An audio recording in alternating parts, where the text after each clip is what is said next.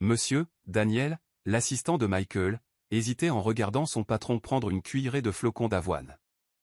Michael posa sa fourchette et s'essuya le visage avec une serviette. C'était trop salé. Le chef que vous avez engagé n'a pas de papilles gustatives? Vous savez que j'ai mal au ventre, n'est-ce pas? C'est pour ça que j'ai demandé un chef privé pour bien manger, et c'est ce que vous me servez? Renvoyez-le immédiatement, dit-il d'un ton irrité en se levant. Mais monsieur, c'est déjà son 10e chef, répondit Daniel. Je m'en fiche, rétorqua Michael, à moins que vous ne vouliez me tuer. C'est ça que tu veux? Non, monsieur. Pas du tout, dit Daniel en secouant la tête. Et mec, il est tôt, et tu es déjà énervé.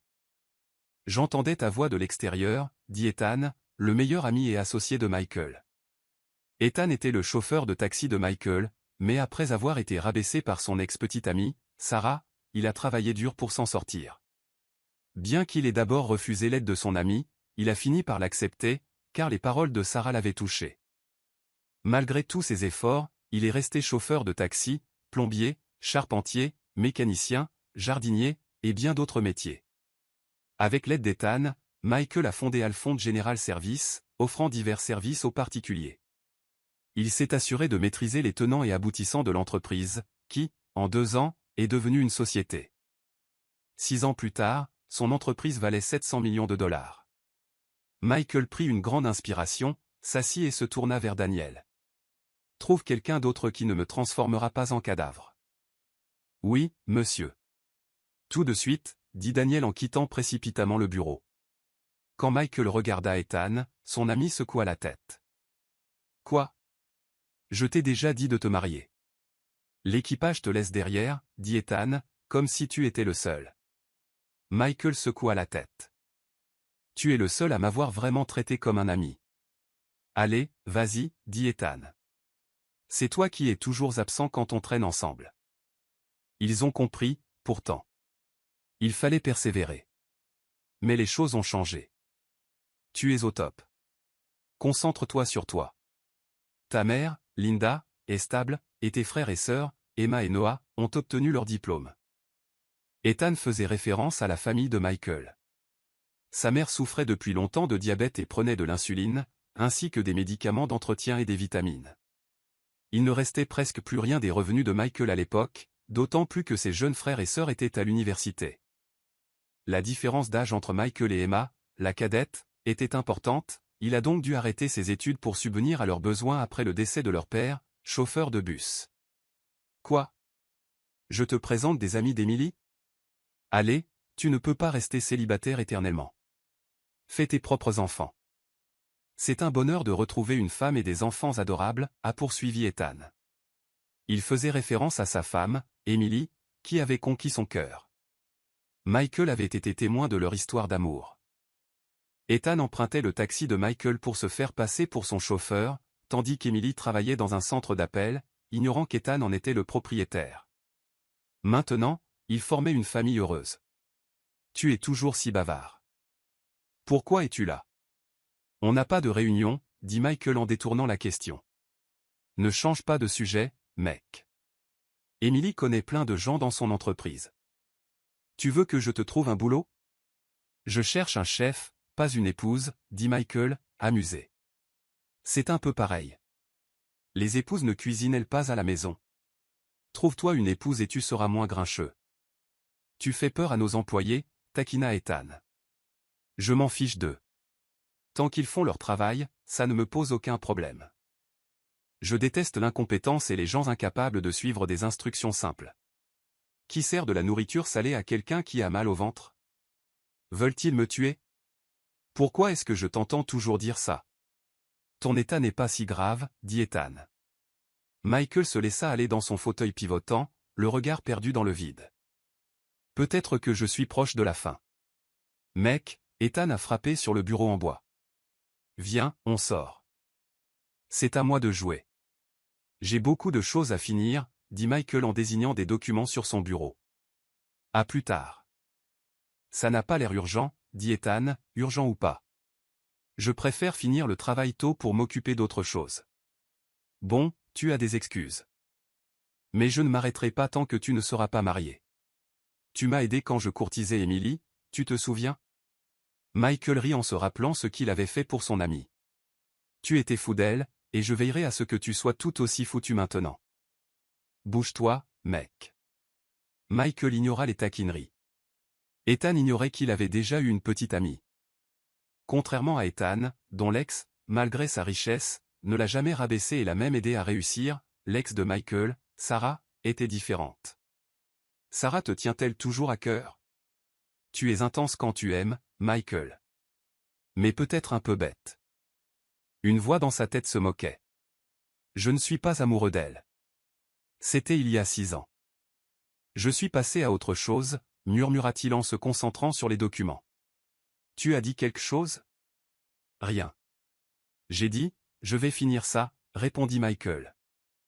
D'accord, mec, je te trouverai une femme, que ça te plaise ou non, dit Ethan en se levant tandis que Michael s'activait. Il savait que Michael détestait être interrompu. Après avoir signé les papiers, Michael rentra chez lui dans son appartement, près de son entreprise, dans le centre-ville de Chicago. À l'entrée de l'immeuble, il jeta un coup d'œil au restaurant qui y était loué. Réalisant qu'il n'avait pas mangé depuis le déjeuner, il eut faim et se dirigea vers l'un d'eux, mais s'arrêta lorsqu'on lui serra la jambe. Baissant les yeux, il aperçut un garçon aux cheveux bouclés, âgé d'environ 4 ou 5 ans. Le garçon leva lentement les yeux. Michael fronça les sourcils, trouvant le visage du garçon familier, surtout ses yeux expressifs. « Désolé, monsieur, dit-il doucement. Michael scruta les alentours avant de se retourner. « Où est ton tuteur, mon garçon ?» Le garçon désigna des chaises dans le hall. Michael suivit son regard et vit 2 autres enfants jouer, lui tournant le dos. Prenant une grande inspiration, Michael s'accroupit à la hauteur du garçon. « La prochaine fois, regarde où tu vas. Et si je portais quelque chose et que ça te tombait dessus? Et ne t'éloigne pas si ta mère te dit de rester tranquille. Tu vois, tes frères et sœurs se comportent bien. » Il a supposé que les autres enfants étaient frères et sœurs. « J'avais envie de faire pipi, monsieur. Je cherchais les toilettes, dit le garçon en serrant son short. Vraiment? Michael jeta un coup d'œil aux autres enfants. D'accord, mais disons-leur d'abord. Non, je vais faire pipi. Attends, gamin. Paniqué, Michael prit le garçon dans ses bras et se précipita aux toilettes de l'immeuble. Il a même défait le short du garçon pour l'aider à uriner plus vite. Merci, monsieur. Comment vous appelez-vous? Demanda le garçon, le visage joyeux. Michael, mais tu peux m'appeler oncle Mikey, dit Michael en réparant le short du garçon. Il le porta jusqu'au lavabo pour lui laver les mains. Vraiment? Je m'appelle Michael aussi. Je suis Andrew Michael, dit le garçon. Michael fronça à nouveau les sourcils. Andrew Michael? Oui, cool, non. Mes frères ont aussi Michael dans leur nom. Le froncement de sourcils de Michael s'estompa et il sourit. C'est un prénom magnifique. Tes parents doivent adorer ce prénom. Andrew haussa les épaules tandis que Michael s'essuyait les mains avec un mouchoir. Peut-être. Que fais-tu ici? Qui est avec toi? Ma nounou, ma mère travaille ici. Andrew était bavard, ce qui amusait encore plus Michael. Oh. Quel est le métier de ta mère? Andrew, appela une voix depuis l'extérieur des toilettes. Mamie, cria Andrew en sautant des bras de Michael. Une femme âgée s'est précipitée dans les toilettes hommes, ignorant le panneau. Tu es un vilain garçon, tu t'égares. J'ai failli avoir une crise cardiaque en te cherchant, a-t-elle réprimandé Andrew. J'avais envie d'uriner et je ne savais pas où étaient les toilettes. Oncle Mikey m'a aidé, dit Andrew. La femme se tourna vers Michael. Merci, monsieur, et désolé pour le dérangement.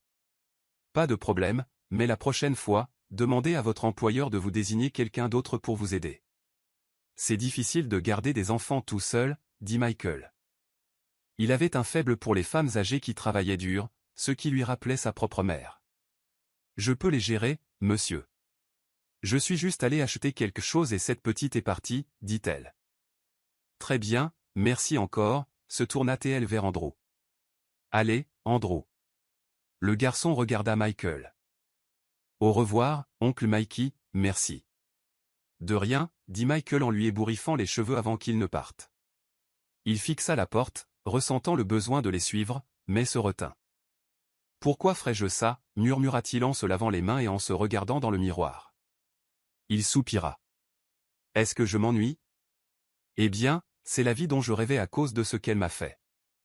Je devrais être heureux, sinon tout cela ne servirait à rien.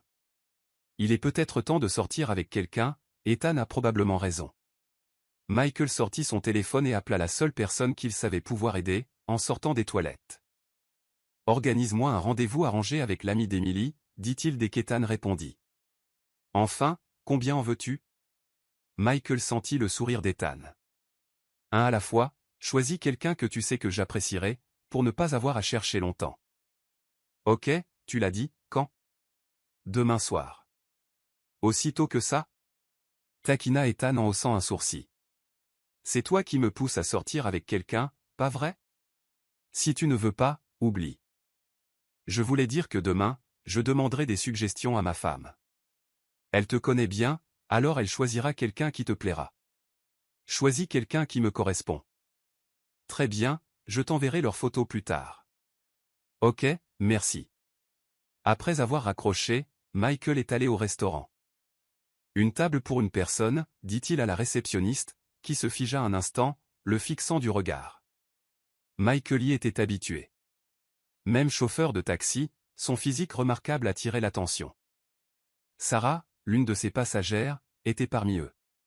Par ici, monsieur, dit la réceptionniste en le conduisant à une table ronde dans un coin. Quand vous serez prêt à commander, appelez le serveur, ajouta-t-elle avant de partir. Michael parcourut le menu. Rien ne lui convenait. Soupirant, il appela le serveur. Oui, monsieur, demanda le serveur. Puis-je commander quelque chose hors menu? Bien sûr, pourvu que nous ayons les ingrédients. Que désirez-vous? Juste des flocons d'avoine nature, sans aromates, à part un peu de gingembre. Pas d'huile ni d'épices, juste une pincée de sel.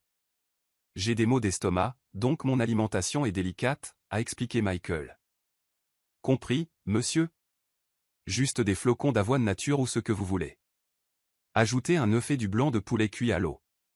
Le serveur acquiesça et répéta la commande avant de partir. Chef Claire. Michael entendit le serveur appeler en se tournant vers la cuisine. Il fronça les sourcils. Même ici, j'entends ce nom, murmura-t-il en jetant un coup d'œil au serveur et au chef qui se dirigeaient vers la cuisine. Il n'aperçut que le profil du chef, mais sa posture lui semblait familière. Il pencha la tête tandis qu'il disparaissait. Impossible, comment a-t-elle pu atterrir ici? Chef? Il secoua la tête, mais marqua une pause, se remémorant le talent culinaire de Sarah. Toujours impossible, se dit-il, repoussant le passé. Mais son esprit se déroulait comme une vidéo. Voilà ton prix, dit la femme qui venait de monter dans son taxi, assise à côté de lui. Elle portait une jupe courte et un chemisier rouge qui lui couvrait à peine le ventre, révélant sa peau pâle lorsqu'elle bougeait. Michael prit les $10 qu'elle lui tendait. Où vas-tu, mademoiselle? Juste à côté de Lincoln Park, dit-elle. Il prit la monnaie tout en gardant les yeux rivés sur la route, puis la lui tendit. Votre monnaie, mademoiselle. Merci, dit-elle, leurs mains se frôlant tandis qu'elle le prenait. Aïe, s'exclama-t-elle en se regardant comme sous le choc. Elle lui serra la main. Qu'est-ce que c'était? Demanda Michael en se concentrant à nouveau sur la route. Je ne sais pas, tu as peut-être un gadget électrique, la taquina-t-elle. Il la regarda en souriant. Comment aurais-je pu avoir de l'électricité sans rien à brancher? Elle leva les yeux au ciel. Peu importe. Michael reporta son attention sur la route. Elle était belle, avec de longs cheveux noirs bouclés, des yeux ronds et de longs cils, comme une beauté du Moyen-Orient. Monsieur, répéta-t-elle, vous m'avez rendu trop de monnaie. Elle me rendit $2. Non, c'est bon, ton billet suffit.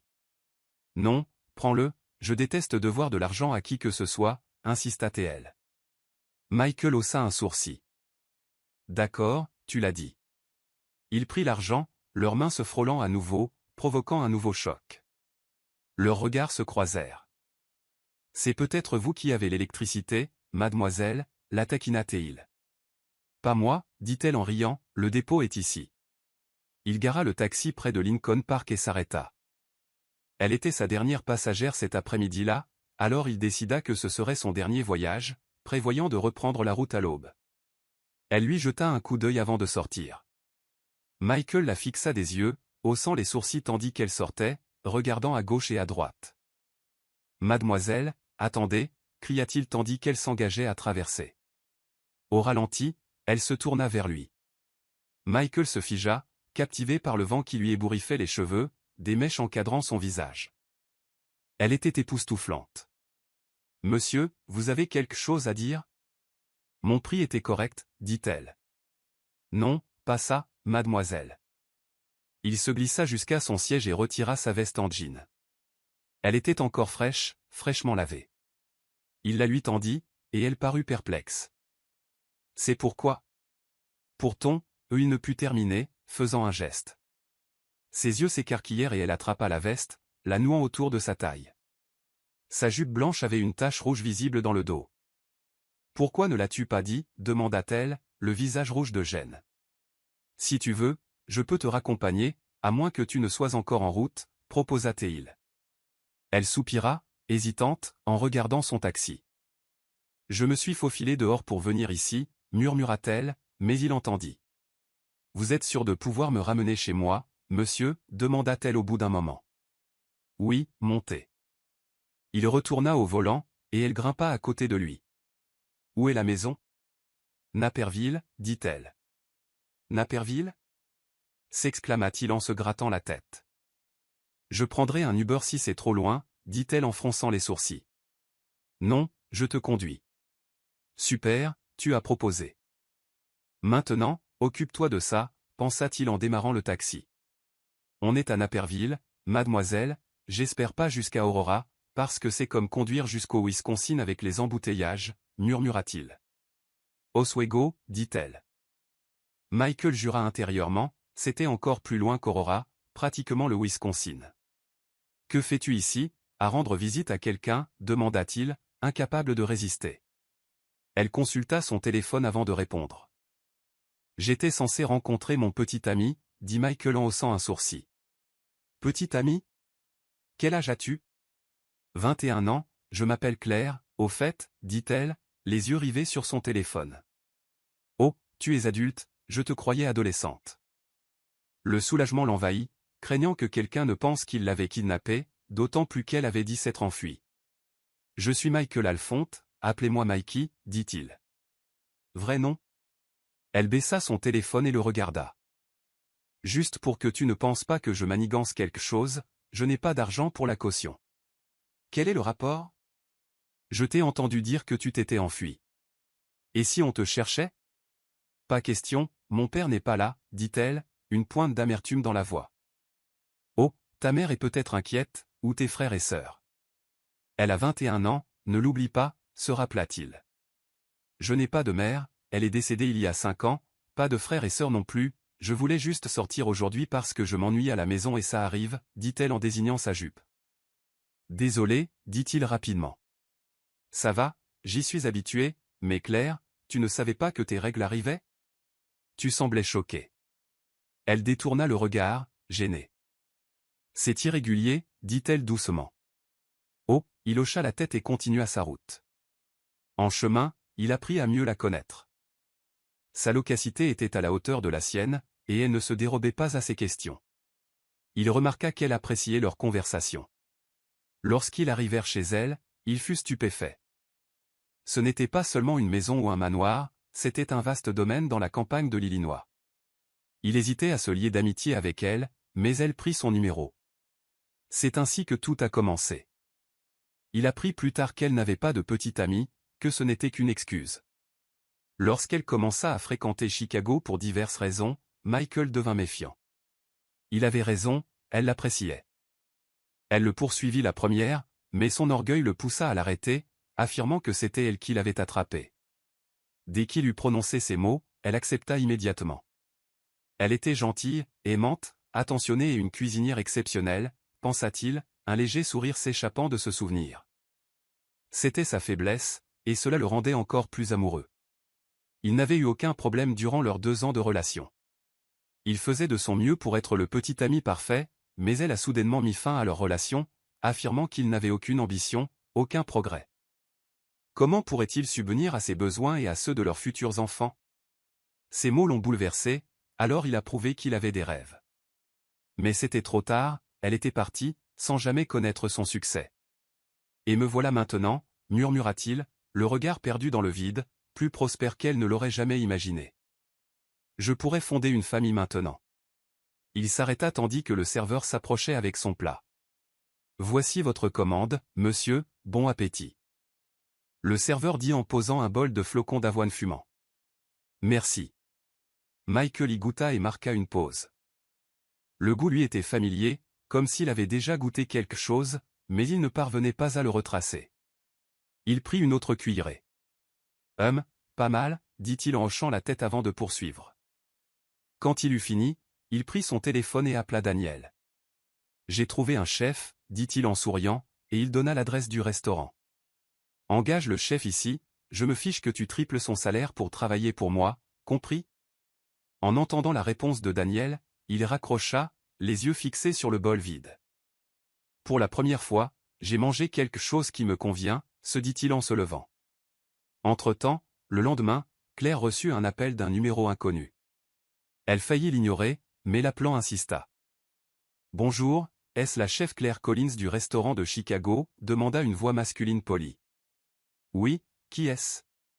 Je suis Daniel Carter, secrétaire du propriétaire d'Alphonse General Merchandise. J'aimerais vous faire une offre, chef Claire. Perplexe, elle retira le téléphone de son oreille, le fixant comme si son interlocuteur allait apparaître, puis le lui rendit. Est-ce une arnaque? Si c'en est une, je n'ai pas le temps pour les jeux. À plus. Elle raccrocha et continua à cuisiner. Elle était dans son appartement, préparant le petit déjeuner pour ses enfants et leur nounou. Elle sourit, pensant à ses 3 adorables enfants, effaçant sa fatigue. Alors qu'elle faisait frire des œufs, son téléphone sonna de nouveau, même numéro. Après 10 appels manqués, ça ne s'arrêtait pas, alors elle répondit, agacée. Quoi? J'ai dit que je ne jouerais pas à vos arnaques. Si tu cherches quelqu'un à piéger, ce n'est pas moi. Continue comme ça, et je te dénonce à la police. Elle a craqué. Chef Collins, ce n'est pas une arnaque. Je vous ai envoyé le site web de notre entreprise, si vous ne me croyez pas, consultez-le pour vérifier mon identité. Comme je l'ai dit, je vous propose un poste de chef personnel pour mon patron. Votre salaire sera de 70 000 $ par mois, plus les avantages sociaux. L'interlocuteur m'a expliqué. Quoi? 70 000 $? Elle laissa tomber la spatule, sous le choc. Oui, si vous acceptez, j'aimerais que vous commenciez dès que possible. Je vous ai envoyé le contrat. Vous pouvez venir à notre bureau aujourd'hui pour en discuter. Attendez, c'est trop rapide. Je ne peux pas démissionner comme ça, dit-elle en jetant un coup d'œil à sa cuisine. Elle attrapa la spatule par terre, la mit dans l'évier, retira les œufs au plat et éteignit le feu. Je te donne 3 jours, chef. Si tu t'inquiètes pour ton boulot au restaurant, je m'en charge. Je parlerai à ton patron pour que tout se passe bien et je te recommanderai même un remplaçant. Je suis impatient de t'embaucher, car mon patron me fera perdre la tête si je ne le fais pas, a-t-il dit. Claire fronça les sourcils. Pourquoi moi? Je connais ton patron? Il est tellement précis sur qui cuisine ses plats. Je ne sais pas non plus. Il a juste dit d'embaucher le chef qui a fait ses flocons d'avoine. Il devait adorer ta cuisine, chose qui ne m'était jamais arrivée depuis que je travaille pour lui. Du porridge, pensa Claire, se demandant si elle en avait préparé pour un client, car il n'était pas au menu. Oh, ce type hier, se souvint-elle. Le serveur a dit qu'il avait mal au ventre. Oui, exactement. Si je t'embauche, tu seras son 11e chef. 11e? Ton patron est intense, ne put-elle s'empêcher de dire. C'est pour ça que j'ai besoin de toi, pour ne pas avoir à me battre pour le nourrir. Il est comme un enfant, murmura-t-il, mais elle entendit. C'est dur quand il ne mange pas. Il devient grincheux. Je ne veux pas qu'on se précipite à nouveau à l'hôpital. Cela arrive souvent. Claire soupira, prise de pitié pour le patron. L'alimentation était vitale, et sans elle, le corps s'affaiblissait. Très bien, je vais revoir le contrat. Si j'ai des questions, je t'appellerai. Je ne peux pas sortir de chez moi maintenant. Vraiment? Merci, chef. Je ne suis plus stressé, dit-il, le soulagement perceptible dans sa voix. Je rappellerai, mais assurez-vous de pouvoir parler à mon patron. Ce serait impoli de partir comme ça. Ne vous inquiétez pas, je m'en occupe. Après avoir raccroché, Claire servit le petit déjeuner à leur table, souriante. L'offre était opportune, leur appartement n'était pas entièrement payé, elle payait une location-accession mensuelle.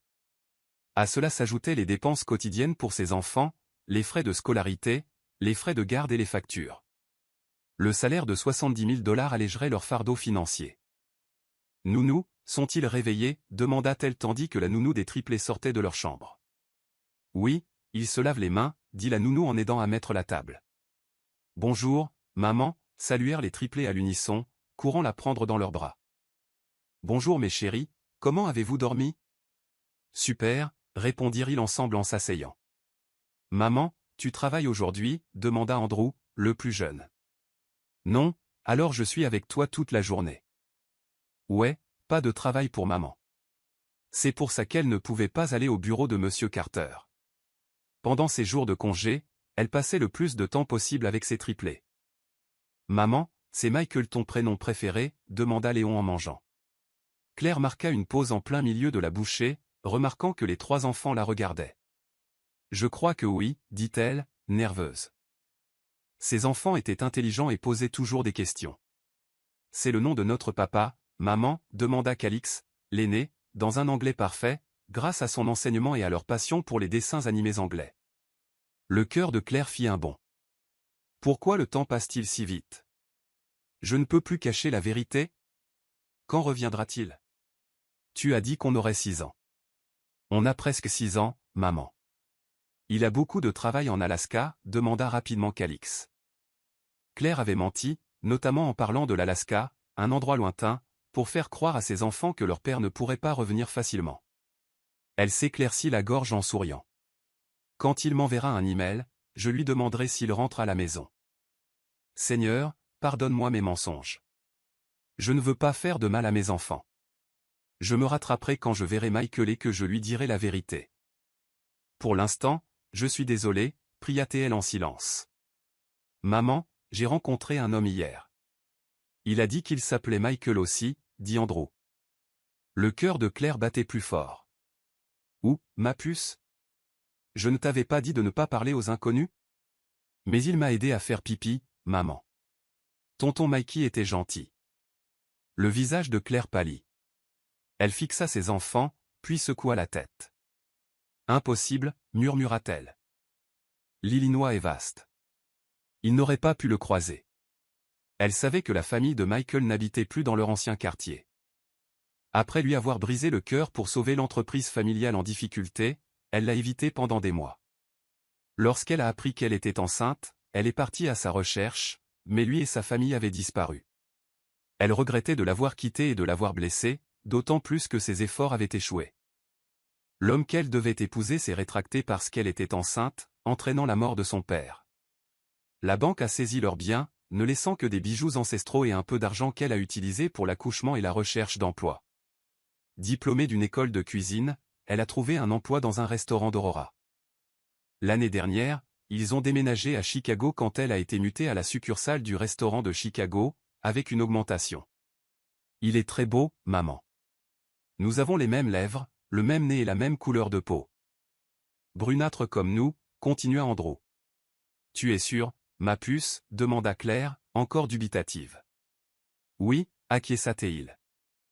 De tout son séjour à Chicago, elle n'avait jamais croisé Michael. Elle pensait qu'il avait déménagé à la campagne, mais l'histoire d'Andrew la laissait perplexe.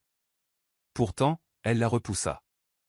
Après avoir mangé, elle a consulté l'email et le SMS de Monsieur Carter, confirmant la légitimité de son entreprise.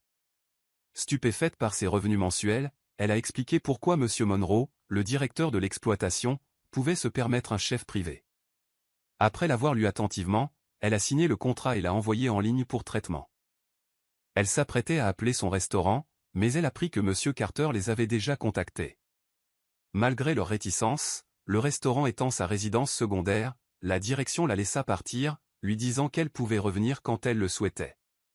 Elle ignorait comment M. Carter avait réussi à les convaincre, mais il s'était montré persuasif. Lors de son premier jour à son nouveau poste, elle rencontra M. Carter. Elle fut surprise. Il ne ressemblait pas à un assistant typique, étant beau et en forme. Il lui a donné une carte d'entreprise et lui a montré la cuisine, un espace privé conçu pour les chefs du patron. Tout ce dont vous avez besoin est là, chef. Cette cuisine a été construite pour notre patron et ses chefs. C'est vous qui gérez son menu. Si vous voulez en savoir plus sur son état, parlez-en à son médecin, a dit M. Carter. Oui, je m'en charge.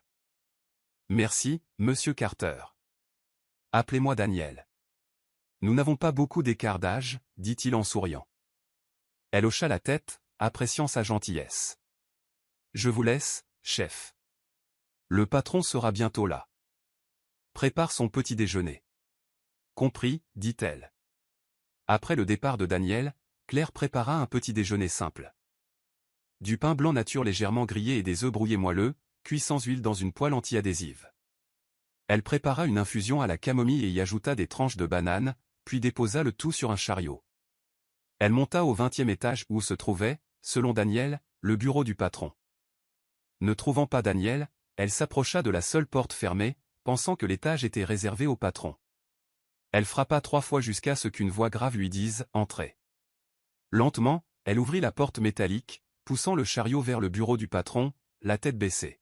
« Monsieur, voici votre petit déjeuner. » Elle laissa tomber l'assiette de pain grillé en voyant l'homme légèrement voûté devant elle. L'assiette ne fit pas de bruit sur la moquette, mais heurta son pied. Aïe! L'homme leva les yeux, le choc visible.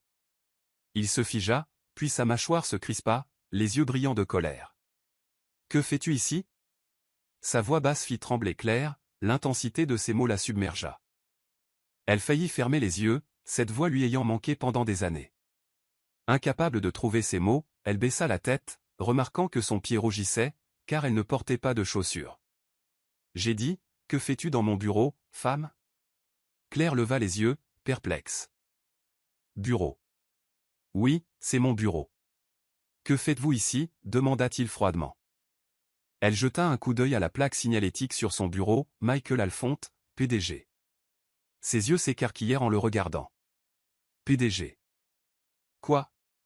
Tu lis un autre nom? Oh mon Dieu, elle a réalisé son erreur. Tu n'y avais pas pensé. C'est haut et haut, c'est différent. Il est plus haut. Pourquoi? Elle n'a pas pu finir. Pourquoi? Quoi? Pourquoi es-tu ici? Daniel, Daniel.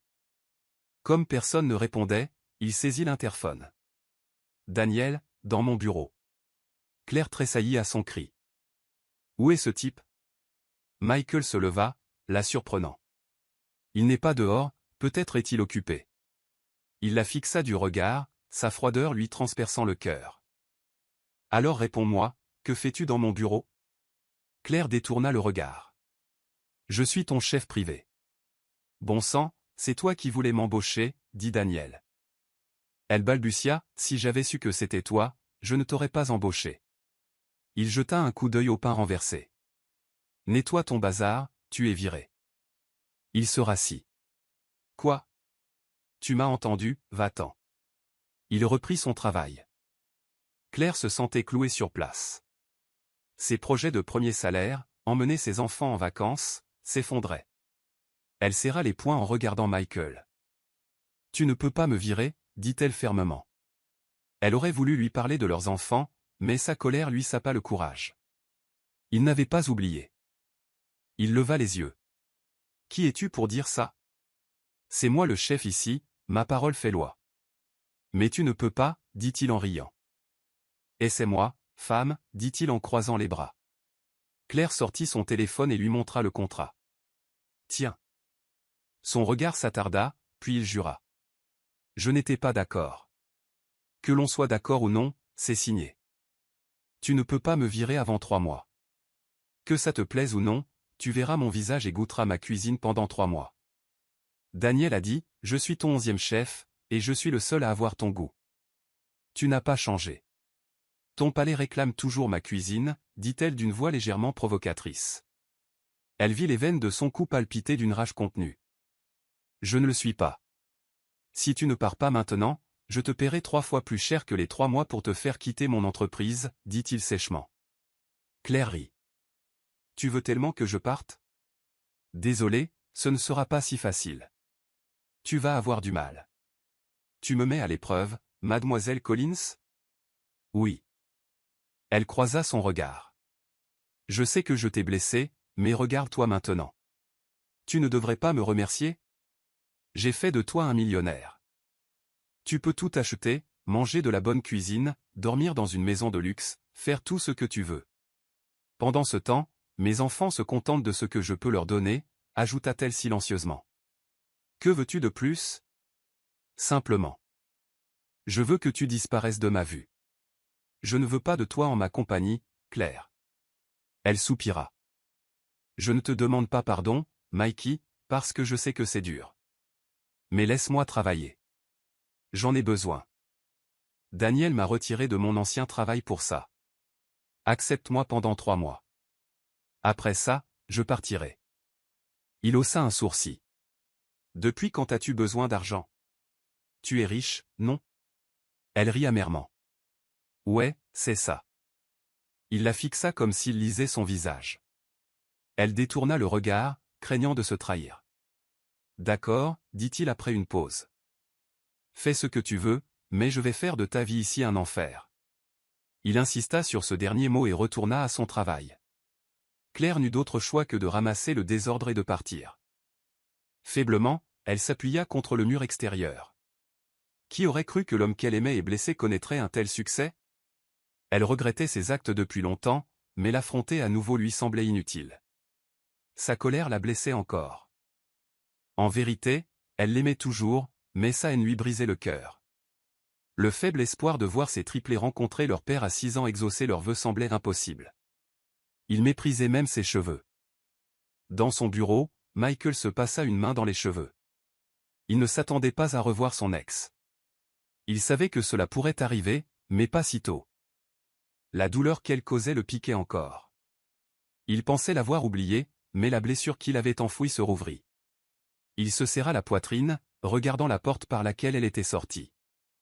Une douleur mêlée à une pointe d'excitation qu'il ne comprenait pas et refusait d'admettre. Une fois calmé, il appela Daniel. « Où es-tu donc » s'exclama-t-il lorsque Daniel répondit. « Monsieur ?» La tête de Daniel apparut, la peur se lisant sur son visage. Michael se retint, sachant que perdre Daniel signifierait perdre une assistante efficace. Voyons, pourquoi avoir ajouté cette clause à son contrat? Daniel s'approcha prudemment. Qui, monsieur?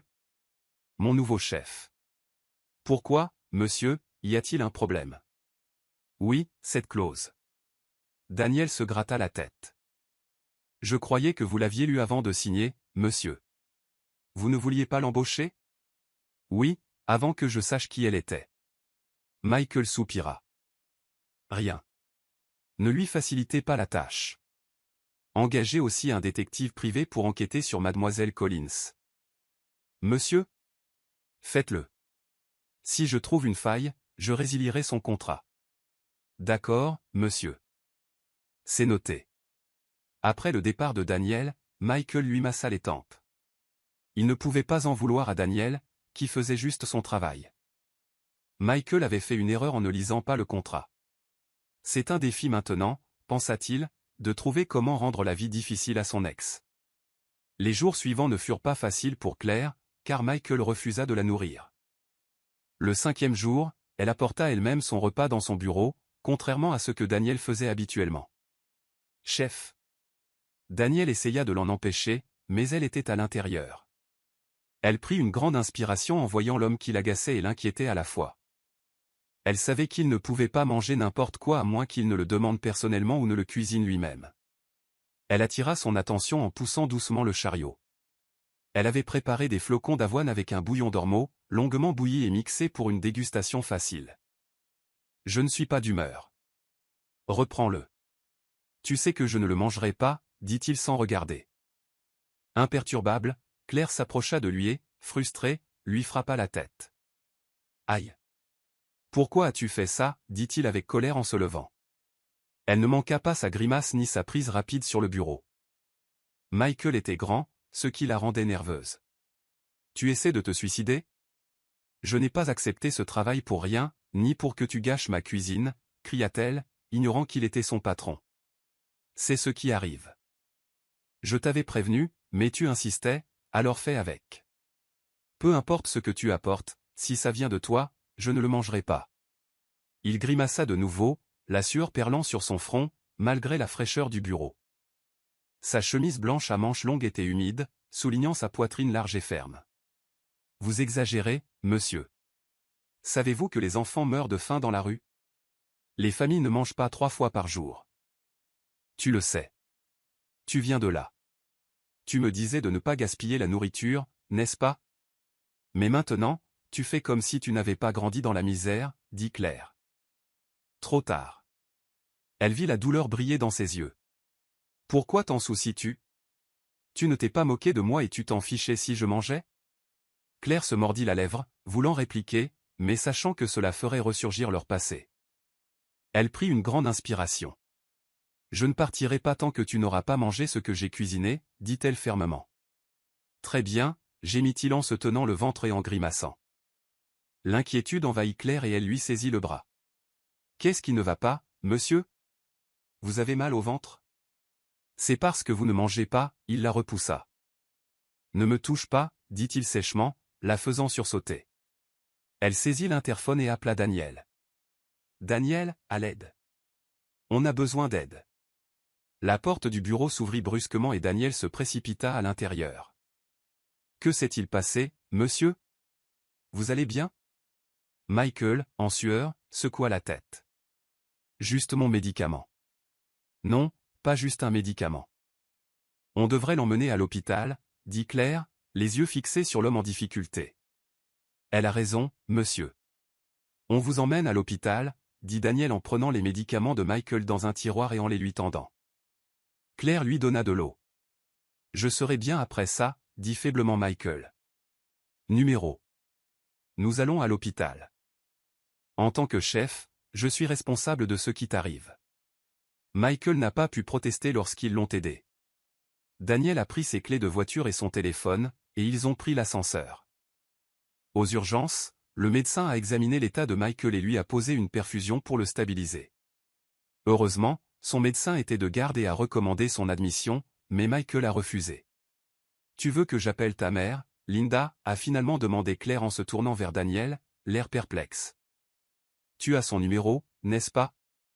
Oui, chef, dit Daniel avec hésitation. Donne-le-moi. D'accord, dit Michael en se détournant et en fermant les yeux. Claire et Daniel échangèrent un regard avec le médecin. Je vais organiser votre transfert en chambre VIP, dit le médecin en partant. L'admission fut rapidement organisée et Michael fut transféré en chambre VIP. Dans sa frustration et son activité, Claire avait oublié d'appeler le médecin de Michael pour mieux comprendre son état. Profitant de l'occasion, elle suivit le médecin après avoir appelé la mère de Michael. Elle appela le docteur Mitchell. Oui, envie de parler? Bien sûr, venez à mon bureau. Claire suivit discrètement. Une fois au bureau, elle se présenta. Je suis son chef cuisinier personnel, docteur. Je veux savoir ce qui cause son état et depuis combien de temps il l'a. Je vois. Michael m'a consulté pour la première fois il y a environ 6 ans. Les analyses ont montré que ses maux d'estomac étaient dus au stress, et plus précisément à des troubles digestifs liés au stress. Son alcoolisme de l'époque et ses problèmes personnels en étaient la cause, a expliqué le docteur Mitchell. Claire se figea. Que entends-tu par problème personnel? Michael ne parlait pas beaucoup, mais sa mère disait qu'il avait vécu une rupture. Certaines personnes se tournent vers l'alcool après une rupture, négligeant la nourriture, ce qui peut provoquer des troubles gastriques.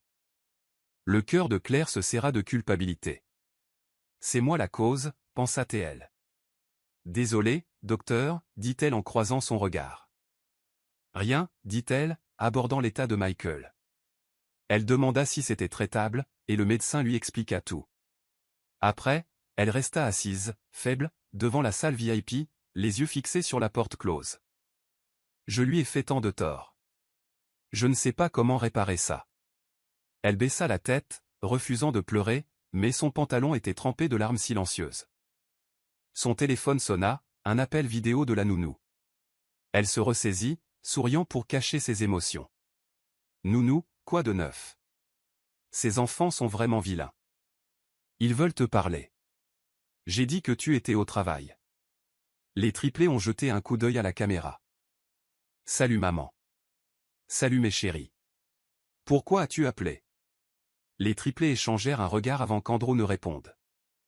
Maman, tu peux jouer après l'école? Si tu te comportes bien à l'école, peut-être. On est toujours sage, dit Léon. Et nos notes sont bonnes, maman, ajouta Calix. Claire sourit largement. Ses enfants avaient dissipé ses inquiétudes. D'accord, mais ne sois pas méchant. Nounou est seul et risque d'être fatigué, lui dit-elle. Ouais, d'accord, maman. On va bien se tenir. Je vais les surveiller, dit Calix, toujours aussi fiable. Bien. Ne fatigue pas la nounou. Je t'aime. Je t'aime aussi, maman, dirent-ils ensemble. Toujours souriante, Claire raccrocha tandis que la porte de la salle VIP s'ouvrait et que Daniel en sortait. Comment va-t-il? Demanda-t-elle. Toujours pas au top, dit tristement Daniel, assis à côté d'elle. Depuis combien de temps travailles-tu avec lui, Daniel? Depuis qu'il a créé l'entreprise, 6 ans à gérer sa mauvaise humeur. Claire n'était pas sûre qu'il plaisantait, mais il avait l'air sérieux. Vous savez, chef, s'il y a un moyen de le réparer, je le ferai. Je me sentirai mal pour lui. C'est triste d'être seul, ajouta Daniel. Tu es loyal malgré les difficultés. Son humeur maussade est mon seul problème. Autrement, surtout en affaires et pour ce qui est de l'attention portée aux employés, c'est le meilleur patron que j'ai jamais rencontré, acquiesça-t-elle. Il était toujours gentil avant, dit-elle doucement. Et si je parlais à Madame Alphonte, demanda Daniel, pensa-t-elle en jetant un coup d'œil à la porte. Je crois savoir comment le ramener, Daniel.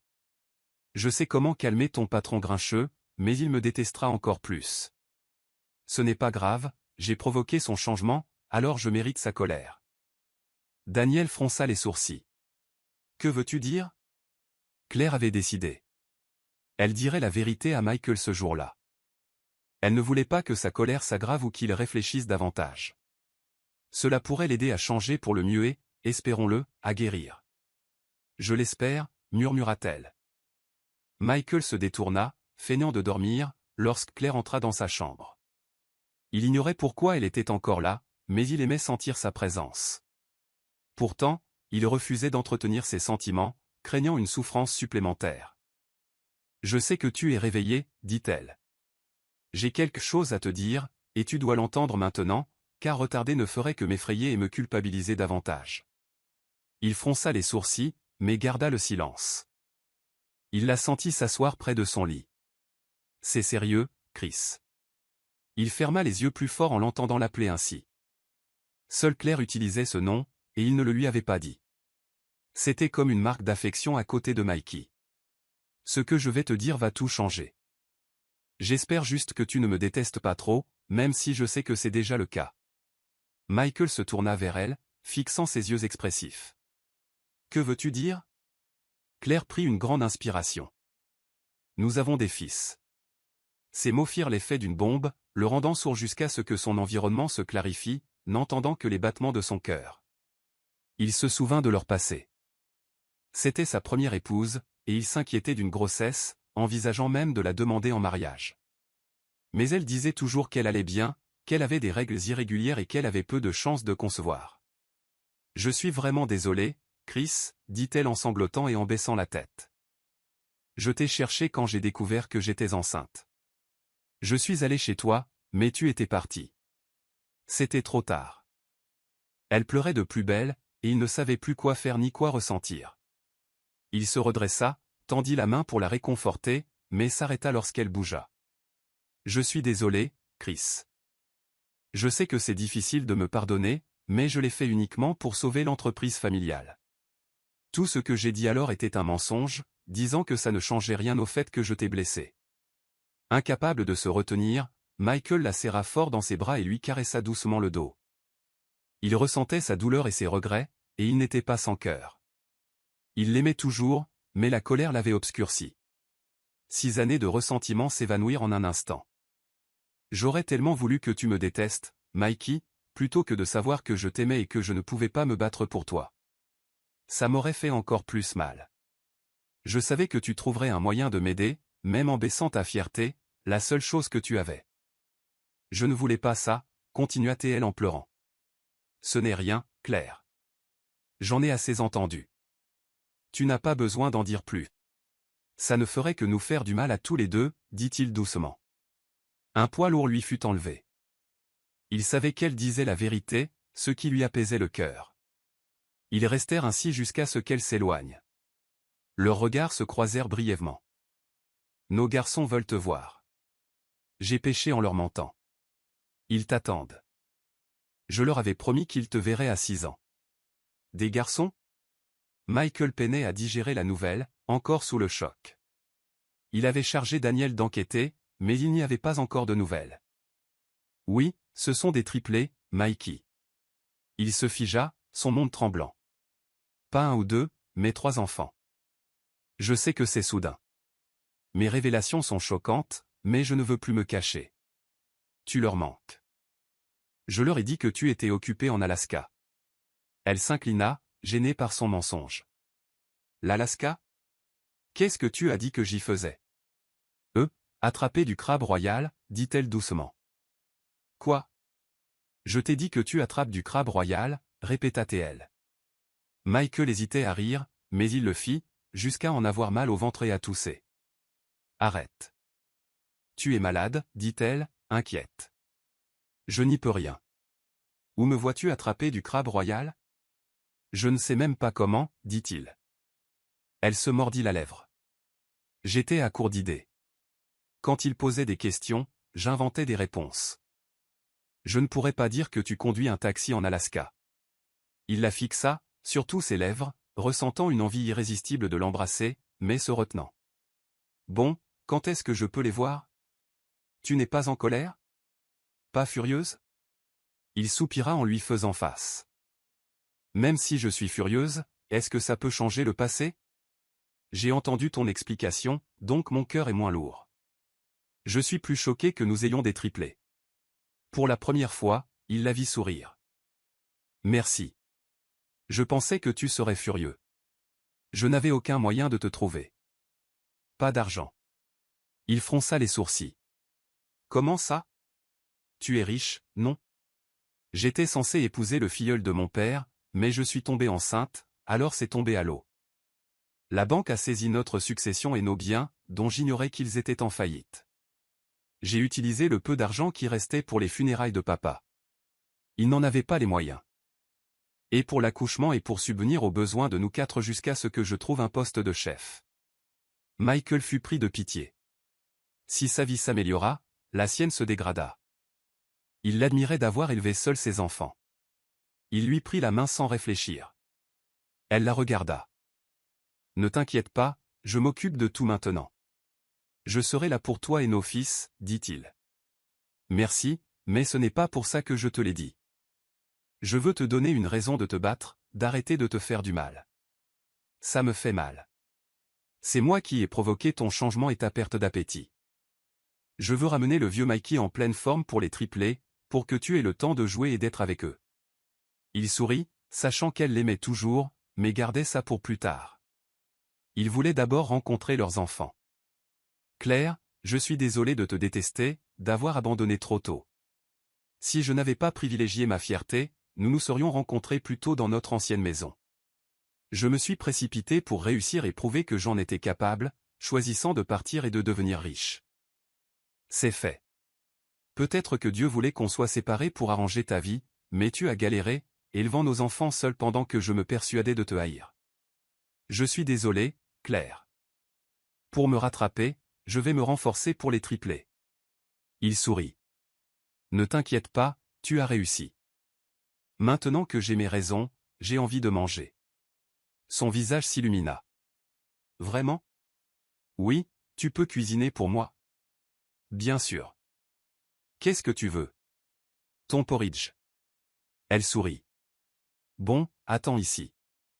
Je vais te cuisiner. Ici? Dans la cuisine de l'hôpital? Je te l'emprunterai pour que tu puisses manger et te réchauffer l'estomac. D'accord, s'il te laisse faire.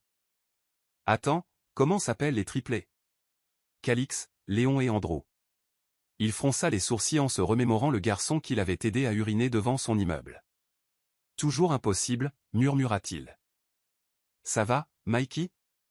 Il lui sourit. Ouais, j'ai juste faim.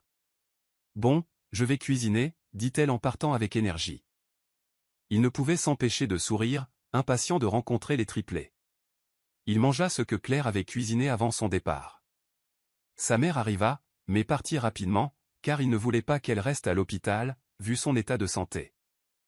Sachant qu'il avait des enfants avec Claire, il resta un jour de plus pour s'assurer d'être complètement rétabli et se préparer à les rencontrer.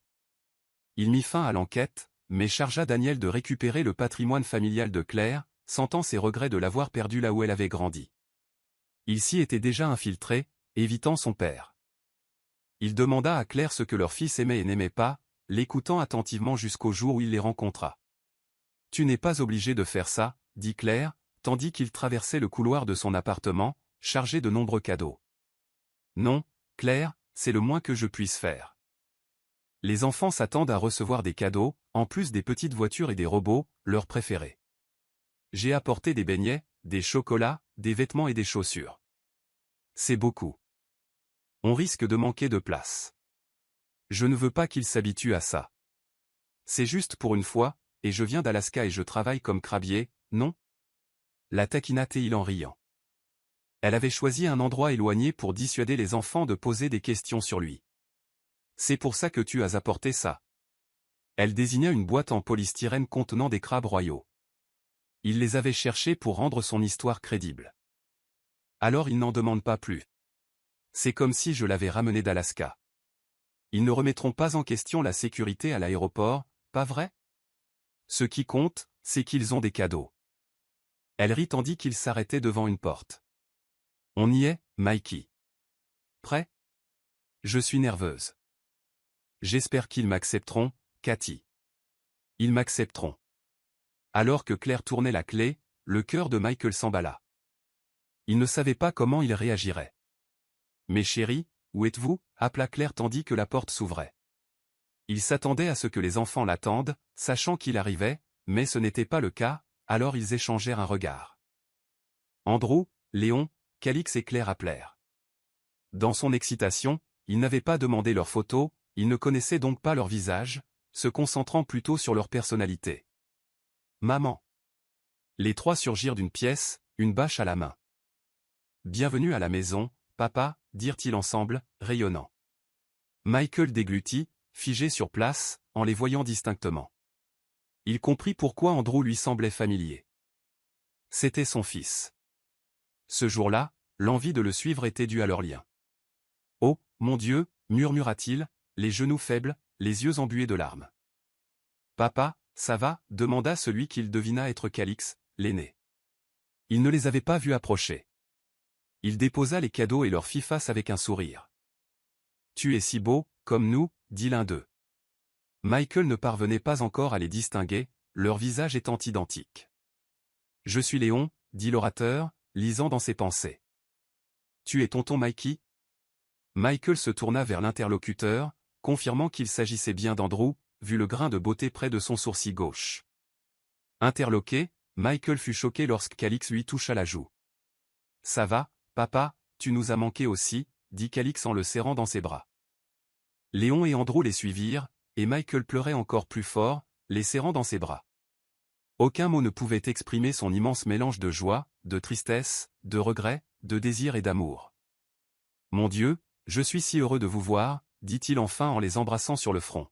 « Désolé, je ne suis rentré que maintenant, les enfants. »« Ça va, vous êtes là et vous ne nous quitterez pas, n'est-ce pas ?» dit Léon. Michael hocha rapidement la tête. « Oui, je ne partirai plus jamais, jamais. » Il les serra de nouveau dans ses bras, savourant la joie d'être avec eux depuis ce jour. « C'est reparti, tu veux bien aller voir les cadeaux de papa » intervint Claire. « Ah oui, j'ai apporté plein de cadeaux, les enfants, c'est parti. » Les triplés ont pris avec empressement chaque objet qu'il leur tendait, toujours en disant merci. Il était ravi que Claire les ait bien élevés. Ils ont mangé et Claire a donné congé à la nounou pour qu'elle puisse s'occuper des enfants. Ils ont joué à des jeux vidéo, le jeu préféré des triplés, et à d'autres jeux. Plus tard, ils ont discuté pendant qu'il les mettait au lit. Claire le laissa faire, sachant combien il les désirait. Il cessa de mentir sur sa présence en Alaska, car les emmener à son bureau soulèverait des questions. Il évita de mentir davantage, ne partageant que ce dont ils avaient besoin. Je le savais, c'est pour ça qu'on porte le même nom, papa, dit Andrew à sa droite. Léon était à sa gauche, Calix à ses côtés. Ta mère doit adorer mon prénom, hein, dit-il avec une fierté enjouée. Les triplés ricanèrent. Maman t'aime, c'est pour ça, dit Calix. Michael marqua une pause, puis sourit. Tu crois, mon pote? Oui, dirent-ils à l'unisson. Tu l'aimes aussi, pas vrai, papa?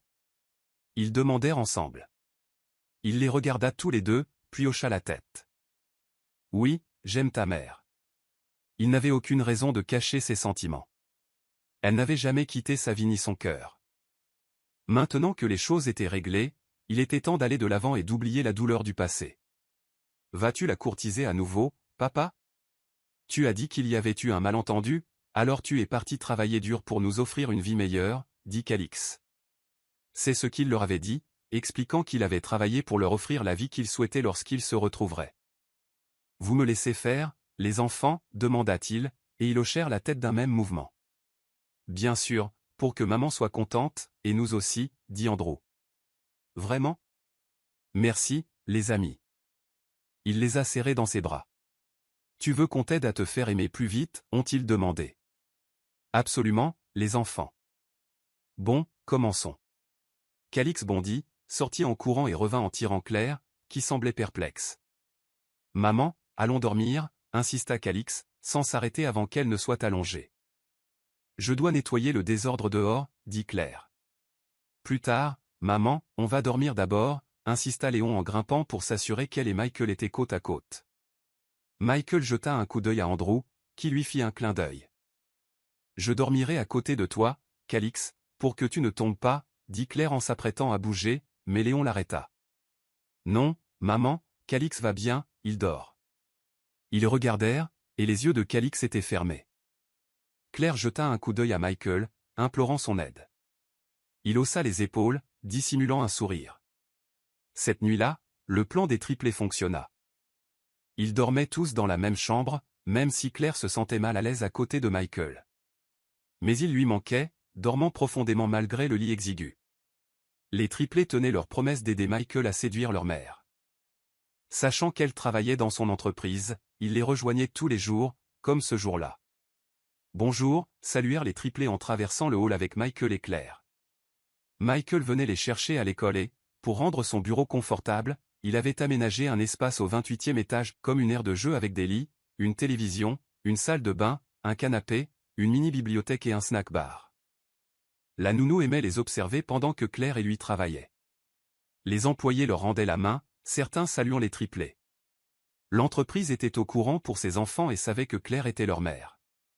Je veux un autre enfant avec Emily, maintenant, dit Ethan, surgissant de nulle part. Le rendez-vous arrangé de Michael n'a jamais eu lieu en raison des récents événements survenus depuis que Claire est devenue sa chef. Tu es fou, que mes enfants ne t'entendent pas, dit Michael en tapotant légèrement l'épaule d'Ethan et en jetant un coup d'œil au triplé.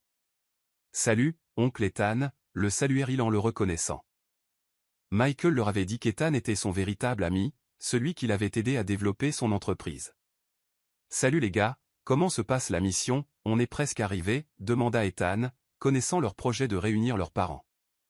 Michael avait été choqué lorsqu'Ethan avait appris son passé avec Claire, qu'il avait gardé secret, expliquant que la douleur le poussait à l'éviter. C'est encore flou, tonton, papa est lent, dit Calix en se grattant la tête. Ethan éclata de rire, et Michael se gratta la tête aussi. Bon sang, pourquoi tu n'accélères pas et tu arrêtes de te compliquer la vie, à toi et aux enfants? On voit bien que Cathy t'aime toujours, murmura Ethan. Michael fronça les sourcils. Quand t'es-tu approché suffisamment pour l'appeler Cathy? Sauf qu'il utilisait ce surnom. Tu ne le savais pas? Il y a longtemps, la taquina Ethan avec un sourire narquois. Waouh, je suis impressionné. Maman, ils se retournèrent tandis qu'Andrew courait vers Claire. Michael en oublia presque de respirer. Elle portait une simple robe lavande, sa silhouette toujours aussi magnifique malgré ses 3 enfants. Mais son visage s'assombrit en voyant Daniel lui toucher le bras tout en parlant. Carlos pourrait bien te devancer, mec. Bouge, ou la flèche de Cupidon pourrait se transformer en éclair. Ça va faire mal, murmura Ethan, taquin. Tu es ingrat. Après ce que j'ai fait pour toi et Emily, tu te moques de moi. Calme-toi. Tu vas mieux maintenant, tu manges sa nourriture, non?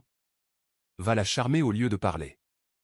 Michael lança un regard noir, puis s'approcha de Claire, tandis que Calic et Léon l'avaient rejointe. Où étais-tu? Je ne t'avais pas donné de tâche, demanda-t-il à Daniel, le regard perçant. On vient d'acheter des fruits, monsieur.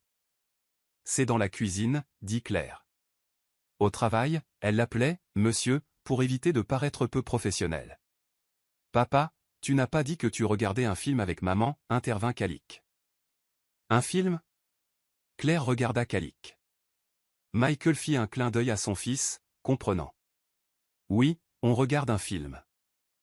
Les taquineries d'Ethan lui avaient presque fait oublier leur plan. Avec les triplés, demanda Claire en le regardant. Non, maman.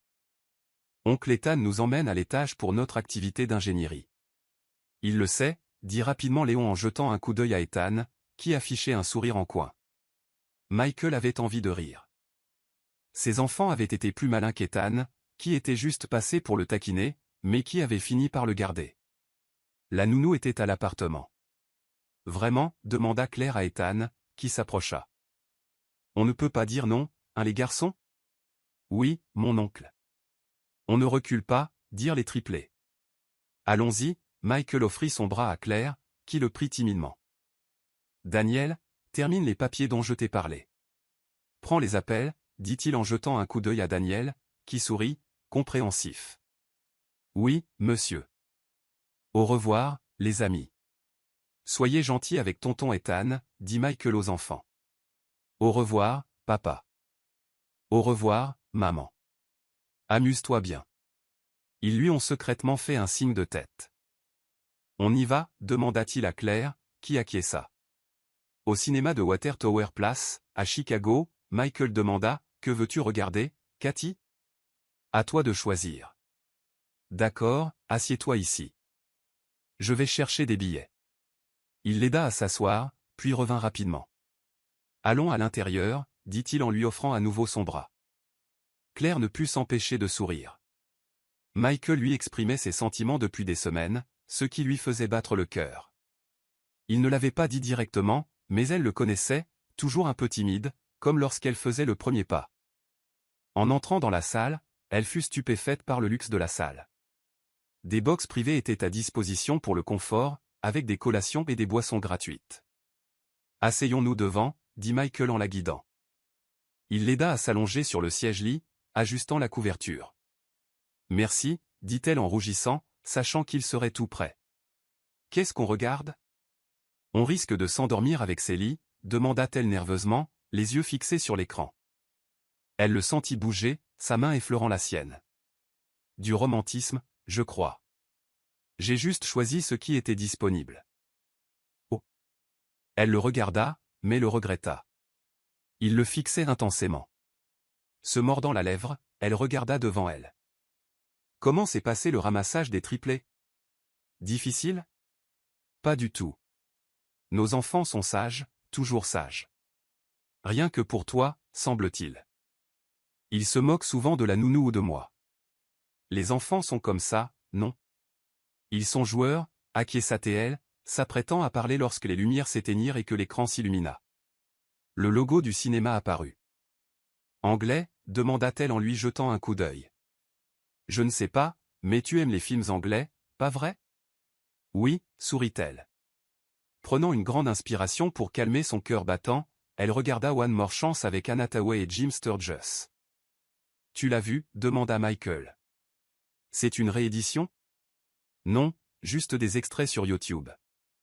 Les triplés me volent mes gadgets, alors je ne regarde pas beaucoup. Ils adorent les dessins animés à la télé. Compris, ça commence. Ils se sont tus. À l'époque, les sorties au cinéma étaient leur truc, ce qui rendait l'instant nostalgique.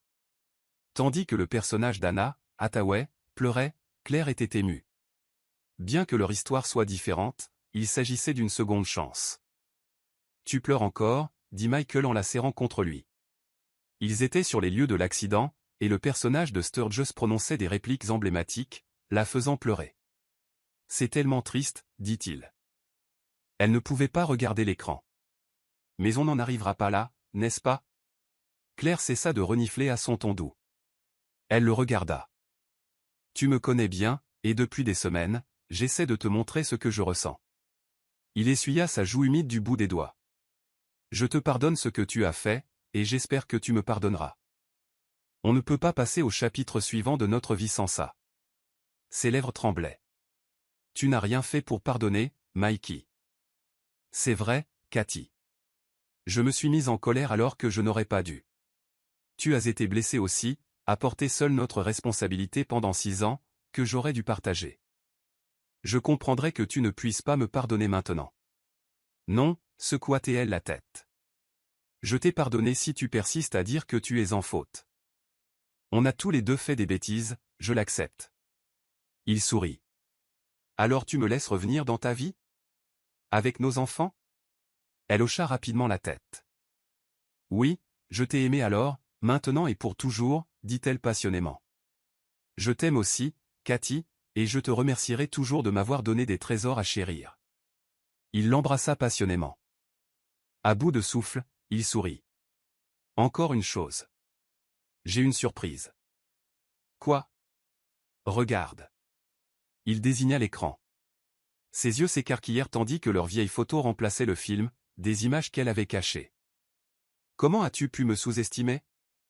Il la releva et la conduisit au premier rang. Toujours perplexe, elle jeta un coup d'œil vers lui et vers le public lointain et plongé dans l'ombre. Tu sais, commença-t-il, attirant son attention. J'ai toujours voulu faire ça, mais tu m'as devancé. Maintenant, avec le courage de nos enfants, je ne vais pas tarder. Claire Collins, tu as attiré mon attention avec notre rencontre unique. La femme qui m'a courtisé, la mère de mes enfants, et la femme que j'ai aimée et que j'aimerai toujours. Compléteras-tu notre famille en disant oui maintenant? Claire haleta tandis qu'il s'agenouillait et sortait une petite boîte de sa poche. Un diamant de la taille d'un bouton scintillait à l'intérieur. Elle se couvrit la bouche. Veux-tu m'épouser, chérie, demanda-t-il, utilisant leur vieille formule affectueuse. Des larmes coulèrent tandis qu'elle hochait la tête. Oui, chérie. Oui. Je t'épouserai. Ses mains tremblaient, faisant glisser la bague à son doigt. Il se leva et la serra fort dans ses bras. Les lumières s'allumèrent, suivies d'applaudissements nourris. Youpi! Bravo! Félicitations, maman! Papa! Crièrent les triplés avec les autres. Claire fut stupéfaite de voir la famille de Michael, ses amis, Daniel et leurs enfants courir vers eux. C'était bien, papa, demanda Calix. Oui, papa. Tu as réussi? Ajouta Andrew. Vous êtes des pros, dit Michael en les serrant tous les 4 dans ses bras. Merci, les enfants. Grâce à vous, nous sommes entiers. On vous aime, papa, maman, dirent les triplés en les serrant à nouveau dans ses bras, submergés de joie. Après cette demande en mariage surprenante, Michael a rapidement planifié leur mariage. C'était tout ce dont ils avaient besoin. Un mois plus tard, ils étaient mariés. Ils vécurent heureux et Michael guérit. Claire et leurs enfants furent son remède. Par amour pour elle, il racheta le domaine familial, la comblant de joie. Il a également construit un restaurant pour elle au rez-de-chaussée de son bureau, gérant leurs enfants pendant qu'elle se concentrait sur sa carrière de chef et d'entrepreneuse. Il l'a également aidé à le gérer. Claire ne pouvait pas demander mieux à son mari. Gentil, aimant, compréhensif et attentionné. Elle ferait tout pour renforcer et égayer leur vie ensemble, avec leurs enfants et leurs futurs enfants. Fin. Si vous avez aimé cette histoire, aimez, abonnez-vous, commentez et partagez. Votre soutien nous aide à atteindre plus de personnes et à répandre l'amour.